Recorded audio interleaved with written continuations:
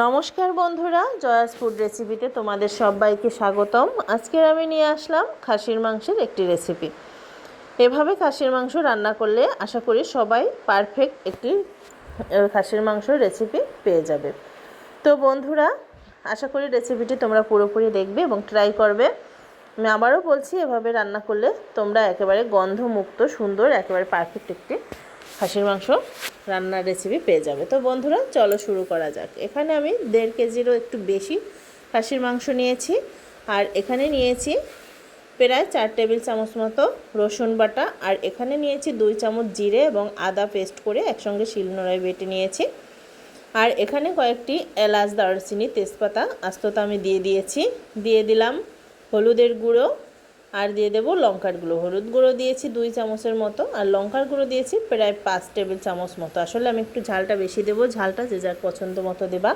দিয়ে দিয়েছি স্বাদ মতো নুন, আর এখানে রান্নার যে কোনো তেল তোমরা ব্যবহার করতে পারো। আমি এখানে সরিষার তেল দিয়েছি প্রায় আধা কাপ মতো। এটা দিয়ে আমি এখন হাতে ভালো করে মেখে নেব। এভাবে মাখিয়ে রান্নার অবশ্যই চেষ্টা করবে। এভাবে মাখিয়ে রাখলে মাংসটা একটু সফট এবং অন্যরকম একটা টেস্ট হয়। এখানে আমি আরও একটু রসুন দিয়ে দিলাম, যেহেতু খাসির মাংস মশলাটা একটু বেশিই লাগে অন্যান্য মাংসের তুলনায়। তো এটাকে কিন্তু খুব ভালো করে নেড়ে চেড়ে হাত দিয়ে মেখে নিতে হবে। তোমরা যতটা মাখিয়ে নেবে ঠিক ততটাই কিন্তু টেস্টটা বাড়বে। তো আমি এটা মাখিয়ে 15 মিনিট মতো রেখে দিয়েছি। হাতে টাইম থাকলে আধা ঘন্টা রেখে দিলে ভালো হয়।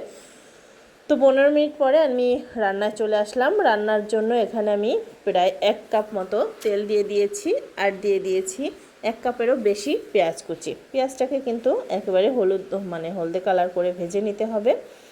বাদামি কালার যেটাকে বলে সেটা হয়ে গেলে দেখতেই পাচ্ছ পেঁয়াজটা কীরকম করে ভেজে দিয়েছি। আর এখানে আমি এখন খাসির মাংসটাকে দিয়ে দিলাম কষানোর জন্য। এখানে আমি 3-4 মিনিট মতো নেড়ে চেড়ে নেব, পেঁয়াজের সঙ্গে ভালো করে মাংসটাকে মিক্স করে নেব। উল্টা পাল্টা করে মেখে নিচ্ছি। এবার 2-3 মিনিট 4 মিনিট মতো প্রায় আমি ফুল হিটে কষানোর পরে আমি 6-7 মিনিটের জন্য ঢাকা দিয়ে দিয়েছিলাম মিডিয়াম আঁচ করে। এখানে একটু জোরে আঁচ করলে কি হবে, নিচ থেকে প্রথমবারে ধরে যেতে পারে। আর প্রথমবারে খুব বেশি ঢেকে রাখা যাবে না, তাহলেও কিন্তু নিচটা ধরে যেতে পারে। তারপরে আমি একটু উল্টে পাল্টে নেড়ে দিয়েছি। দেখতেই পাচ্ছ মাংসটা থেকে কিন্তু জল ছাড়া শুরু হয়েছে। তো এবারে আমি নাড়াচাড়া দিয়ে ভালো করে উল্টে পাল্টা দিয়ে আমি আরও প্রায় 10-12 মিনিট মতো একভাবে ঢেকে রেখেছি, যাতে করে মাংসর বাড়তি জলটা বের হয়ে যায়। এবার তোমরা দেখতেই পাচ্ছ 10-12 মিনিট পরে আমি ফিরে এসে অনেকটাই কিন্তু মাংস থেকে জল ছেড়েছে, আর এই জলটাই কিন্তু বের করে নিতে হবে ঢেকে ঢেকে। এবার এই জলটাকে আস্তে আস্তে করে কষিয়ে একেবারে মিডিয়াম আঁচে করে কষিয়ে নিতে হবে যতক্ষণ না তেলটা ভেসে আসে মাংসের। আসলে এই কষানোটাই কিন্তু খাসির মাংসের অন্যতম একটা টেস্ট এনে দেয়। তো বন্ধুরা, আমি এবার আস্তে আস্তে করে মিডিয়াম আঁচে করে কষিয়ে নিচ্ছি মাংসটাকে।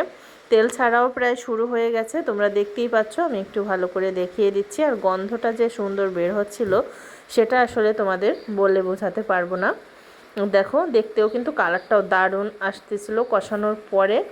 এবার আমি দেখো প্রায় হয়ে গেছে, একটু দেখিয়ে দিচ্ছি। তেলটা কিন্তু ছেড়ে আসছে। আমি একটু বারবার তোমাদের দেখাচ্ছি, কোন পর্যন্ত কষালে বুঝতে হবে যে কষানো হয়ে গেছে। এ দেখো তেলটা পুরোপুরি উপরে ভেসে আসছে, তার মানে মাংসটা আমার কষানো এখন শেষ। আমি এখন এটাকে কিন্তু আসলে আমি কড়াইতে রান্না করব না, প্রেসারে সিজ দিয়ে নেব। মাংসটা কিন্তু বেশ সিদ্ধ হয়ে গেছে, তাও আমি সময় স্বল্পতা বলো আর প্রেসারে দিলে কি হয়, একেবারে পারফেক্ট মাংসটা আমরা পাই, পারফেক্ট সফট মাংসটা আমরা পেয়ে যাই। তো কষানো আমার শেষ বলতে পারো। আর তোমরা যদি কেউ চাও যে না আমি প্রেসারে রান্না করব না, তাহলে এভাবে কষানো হয়ে গেলে ঝোলটার পরিমাণটা বেশি দিয়ে আস্তে আস্তে করে রান্না করতে হবে। তো আমি কষানোর পরে দেখো প্রেসারের ভিতরে মাংসগুলোকে দিয়ে দিলাম একেবারে সুন্দর করে, আর জলটা দিয়ে দিতে হবে। এখানে যেটুকু ঝোল রাখা হবে প্রেসারে কিন্তু সেটুকুই ঝোল দিতে হবে, কারণ প্রেসারে কিন্তু ঝোল একটুও কমে না। তাই জলটা অবশ্যই পারফেক্ট দিতে হবে, তুমি নামানোর পর যেটুকু ঝোল চাচ্ছ ঠিক সেটুকুই দিতে হবে। আমি কিন্তু দেখতে পাচ্ছ জলটা আমি কীরকম দিয়েছি। এবারে আমি প্রেসারে ঢাকনটা আটকিয়ে এটাকে সিজ দিয়ে নেব। আমি 5টা সিজ দিয়েছি, 5টা সিজেই কিন্তু আমার পারফেক্ট হয়েছিল। তোমরা একবার 5টা সিজ দিয়ে দেখবে।